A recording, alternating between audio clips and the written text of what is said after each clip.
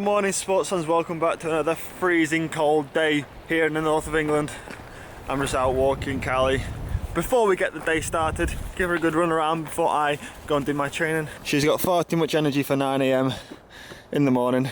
I thought we might have got lucky this year with the weather. Over Christmas it was like 10, 11, even 12, 13 degrees some days. I thought that was going to be like the worst of it and we were kind of going to sail through winter and it wasn't going to be too cold, but yeah, it's dropped back down to like, I mean it's zero, it was below zero overnight because it has frozen. There's like ice around this morning, so yeah, it's got killed again. And I got gloves on. But not to worry, one of the benefits of when it is cold, the footpath seems to be pretty quiet. No one's out walking the dogs, so. Just doing the old daily check on Met Office, and apparently we've got a yellow weather warning in my area today, so yep, that's sick. We're already on coffee number 2 of the day. It's only 10 o'clock, so it's gonna be a long day.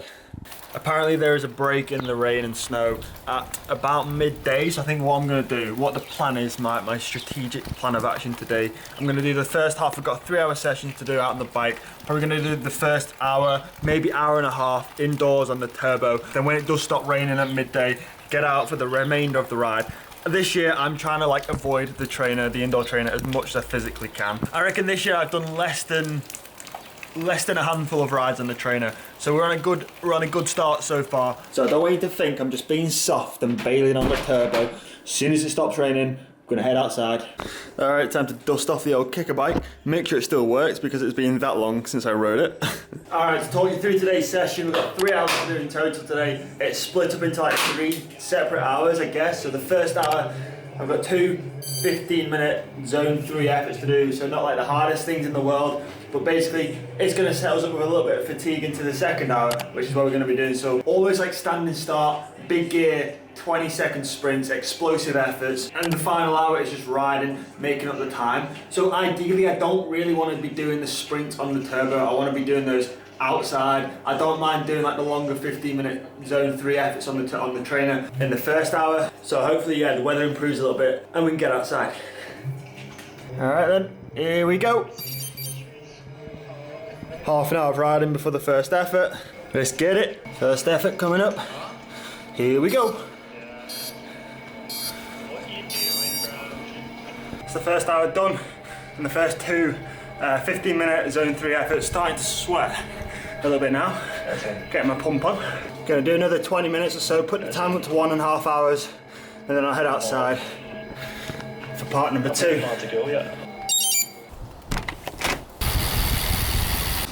Alright, trying to do some efforts here and the tractor's held us up. Not ideal. We've got 8 sprints in total to do in this second hour. Basically consisting of like a standing start in a big gear, so like the 53, 12, 53, 13, and just exploding out of it as hard as I can for 20 seconds. 4 minutes easy between efforts, 8 in total. I've just done my first one.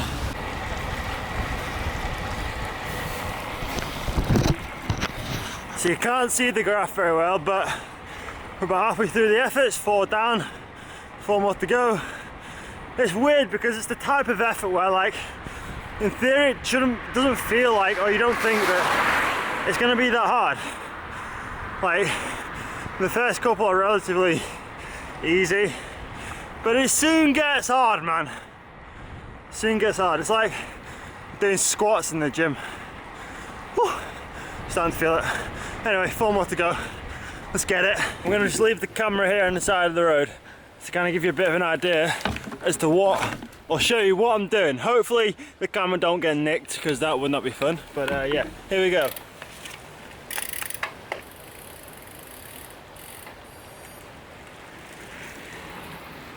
Alright, I hope that gives you a bit of an idea and looked very painful because it felt it. It's just the first like 4, 5 pedal strokes, man. Kind of feels like you're tensing that hard. I'm tensing my neck and my head that hard. I feel like I'm gonna bust a flipping blood vessel or have an aneurysm or something. 4 minutes recovery, then either 2 or 3 left to go, I can't quite remember. That's another hour and a half done. Bring up to 3 hours for the day. Legs are pretty cooked now, not gonna lie. That's a solid 3 hours in the bank. Just a quick hose off today and then we are good to go again tomorrow.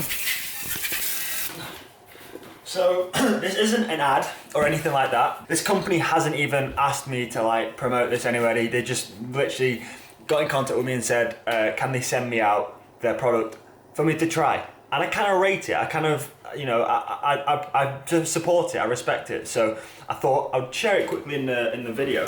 Last week, a company called Lucky Saint sent me a message, sent me a DM on Instagram asking me did I want to try some of their non-alcoholic lager. Now, if you know me, then you'll know that I don't drink alcohol. I've never drank alcohol. I wouldn't even know what beer tasted like, right? I genuinely wouldn't. So naturally, when a company that does alcohol-free beer, lager, gets in contact, it takes my interest. And it is actually pretty good. Georgia tells me it tastes pretty much like genuine alcoholic lager. Again, I wouldn't know, I genuinely wouldn't know, but yeah, kind of feels weird that I'm drinking a lager at 2 o'clock in the afternoon, even though it is alcohol-free. So yeah, cheers, shout out to Lucky Saint for the beer, for the lager. Appreciate it. What do you reckon? What do you reckon? Do you like it? Yeah, I mean, she likes it. There you go. Even dogs like non-alcoholic lager.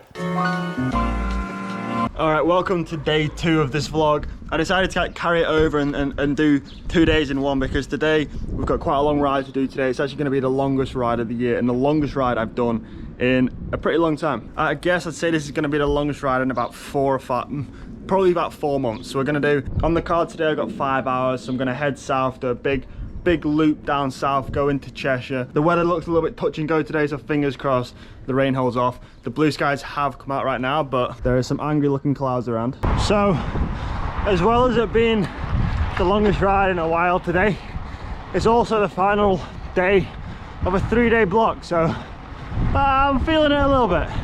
The old pins are sore, man.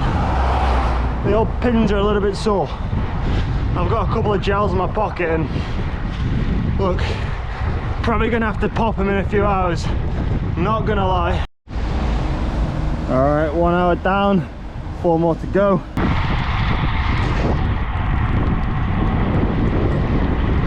Beautiful, absolutely beautiful. Hailstone hitting your face is so painful. Taking all the precautions right now. Woo! Alright sports fans, that's the 2 hour mark done. I'm actually going to have to cut the loop a little bit short today and head back north because I didn't get started until late and I forgot how early it goes dark in the winter. So I'm going to go back north, cut a loop to about 3.5, 4 hours, pick up some lights, and then the last 45, 60 minutes is probably going to be in the dark. But either way, we'll get the full length done. Alright. Just clocked 3 hours as we're heading over the Runcorn Bridge. We're crossing over the River Mersey back into what I would call the northwest. It's been raining almost non-stop for the last hour. It's getting a little bit grim, not gonna lie. We've got 3 hours done, 2 hours to go. This is like the unknown territory now because I haven't done more than 3 hours in a long time, so yep, here we go. Yo, that on the ground there is hailstone. We've literally just had the maddest downpour for the past 30 minutes. We're approaching 4 hours. Yeah, that was tough, man. 30 minutes of just rain and hailstone. My hands got that numb I could barely change gear. Thankfully it stopped and the sun's coming back out. About 20 minutes from home, there's about 30 or 40 minutes left of daylight, so we're gonna grab some lights and then do the remaining 30 or 40 minutes. Just 1 more hour though. As long as it stays dry, it'll be all good. The lights are on the bike and we have got exactly I don't know, 35, 36 minutes to go. I was just trying to get in and out of the house as quick as possible because I feel like if I sit inside for too long, this ain't gonna get done. Alright, that's the day done. Just as it's going dark, 5 hours in the bag. Bang on 155k. Decent day. I didn't end up needing any gels in the end, I won't lie. I probably wasn't far off at times, but hey, first 5 hour ride of 2022 in the bag, and we're not even the first weekend. Yeah, I get my bop on. If she needs some good, tell her she got hop on. She know I'm the top dog, I know she a hot one. Balenci's on the feet, and you know I got the socks on. Yeah, I get my